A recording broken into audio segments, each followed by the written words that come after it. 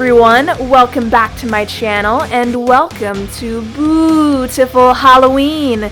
It's that time of year again, and in this tutorial I'm showing you how to create this werewolf look inspired by the movie An American Werewolf in London. I hope you enjoy it. Now let's get into the tutorial.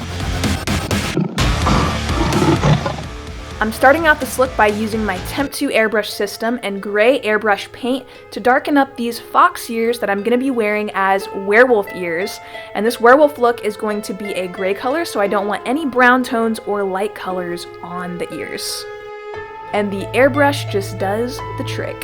For the base, I'm starting with a face oil just to hydrate the skin deeply, and I'm rubbing that in really well. And next I'm going to be applying some primer before we add foundation later. To create a new brow shape, I'm using a washable glue stick to block out only the ends of my brows. The front of my brow I want to use as a guide, so we're going to leave that be. Blocking out the brows is pretty tricky, so if you have super straight brows naturally, it'll save you some time if you just use your own shape and fill in. I start by applying a few layers of glue, maybe 5 to 7 layers, until the brow hairs lay flat and smooth, and I'm using a blow dryer on the cool setting just to set them. And you can use a makeup wipe just to clean up any excess glue that is on your skin. I'm using a loose powder to fill in any crevices so the brows are as smooth as possible. I first add a full coverage concealer over top of the brow, then I add in a touch of an orange corrector, which really helps if you have dark brow hairs like mine, but only add where you see darkness. Then I go over that with another layer of concealer, so it's like a concealer corrector sandwich. Concealer, corrector, then concealer again. I'm applying a full coverage foundation with a flat foundation brush because I still want the look very glam with lots of coverage on the skin. To build more coverage over the brows, I'm applying another layer of powder using a powder puff. Here I'm adding some concealer to even out the skin tone and conceal any darkness under the eyes, and I'm just going to go ahead and lock that in with powder. Moving on to the brows, I'm using a brow pomade to create thick werewolf brows by drawing on hairs. I use the pomade to create the pointy shape for a fierce kind of mad look, and then I use a brown liquid liner for the longer hair strokes. If your shape is not perfect, just pick up some concealer and clean up a bit. Prime your eyes for eyeshadow, and then jumping right into the eye look, I'm picking up a cool tone brown shadow and I'm blending that into my crease. And I'm using a blending brush just to pull the shape outwards and up to lift the eyes. Picking up a black shadow, I'm deepening the outer corner and adding a lot more darkness, blending into that wing shape. Here I'm using a clean blending brush to fade those shades into each other a little bit better, and I'm taking the excess on my brush just to contour down the sides of my nose. With a matte white eyeshadow, I'm packing color onto the brow bone and then lightly blending that out. This just helps everything blend together a little bit better. I'm adding this beautiful metallic blue shadow, or should I say, beautiful. Get it? I'm adding this on the center of the lid for a pop of color because why not? This werewolf ain't basic and she likes a little color in her life, so let's give it to her. I felt like blue would look really nice with all the grays and blacks. With a silver metallic eyeshadow, I'm highlighting the inner corner and a little bit on the lid. Taking a black eyeliner on the waterline, I'm going to really smoke out the eye look, and I'm using a blue matte eyeshadow mixed with a touch of black shadow to get that smoky lower lash line. And I'm just using a small blending brush to blend all of that out. Using a black liquid eyeliner, I'm going to create a double wing on the inner corner, and this really adds to the wolf eyes and makes them look much more longer and bigger, like animal eyes. Time for some mascara and pop on some false lashes.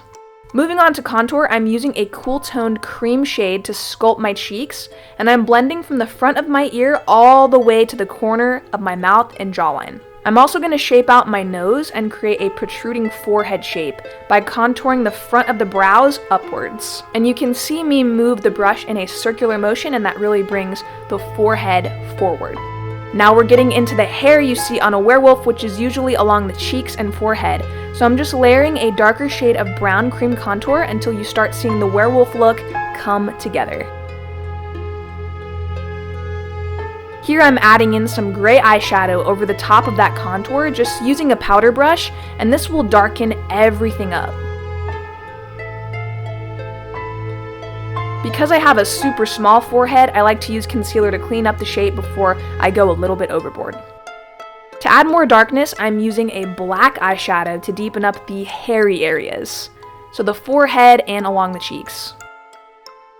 This werewolf loves to glow, so I'm using one of my favorite fantasy highlights on the high points of the face, and this gives a really silvery, icy, wet look.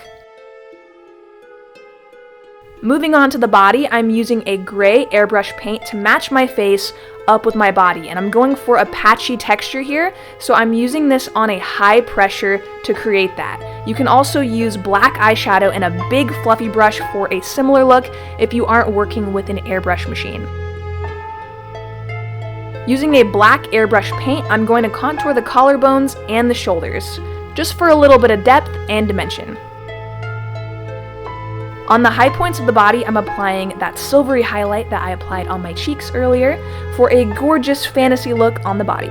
And topping off the body with silver glitter that you will also see later on my hands. For the lips, I'm using a black liquid lipstick to line out my lips, and then I'm applying a gray liquid lipstick on the very center of my lip for an ombre look, and I'm just going to use a blending brush to blend those two colors into each other.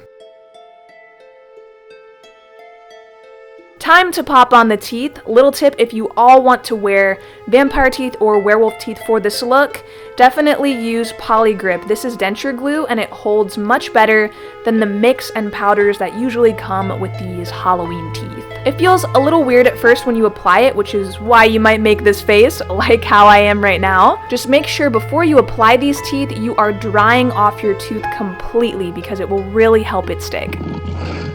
Here I'm painting my hands with a black and white body paint, and I'm using a fluffy brush to stripe the hands to create almost the look of messy, hairy werewolf hands. Just go ahead and top the hands off with glitter because, well, who would I be if I didn't do this? And I expect nothing less from any of you. Lastly, I'm adding some iridescent glitter to the center of my lids.